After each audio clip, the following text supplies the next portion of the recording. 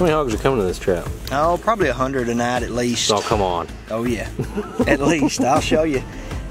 We've got plenty of documented videos every night. Here's our, this is how we pre-bait here in Northeast Texas. How much is that? 7,500 pounds per site. And it's almost gone. How long ago did you bait it? 8 days. Wow. Let's get it on. Let's do it. I don't really care what piece of trapping equipment you use, what method you use, or anything else.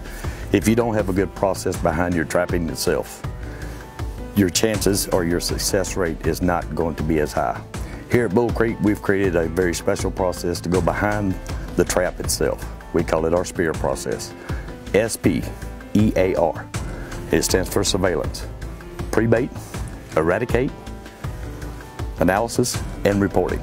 Surveillance, you know, is pretty important. I mean, like I said, you can take a trap, put it out in the middle of a 100-acre field, the hogs ain't there. No reason for it to come to that trap. So, getting out doing the proper surveillance, looking for those mud rubs, looking for the rooting, fresh signs, identifying those hogs that are definitely in the area, then move on to the pre-bait. Get those pre-bait sites going in that area, keep those hogs, get them habituated, get them taught and dependent on that bait itself.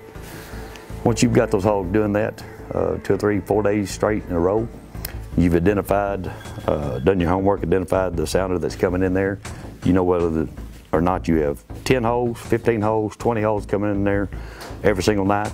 You now know what your goal is when you begin the eradication process. Take the trap, get it set up, start monitoring with a live view camera system, and if the first night the entire sounder comes in, no sense leaving that trap sitting out any longer. Make the drop. I mean, the trap, the Game Changer Junior, I mean, you know, probably the most efficient piece of it. It is very mobile, very quick to set up, tear down. So make the drop, move on to your next pre-bait site. Get that eradication piece out of the way. The analysis piece of it, hey, it's pretty simple. Like I just said, if you know you got 20 hogs coming in, you just made a drop on 20, you can consider yourself to be 100% successful at that point.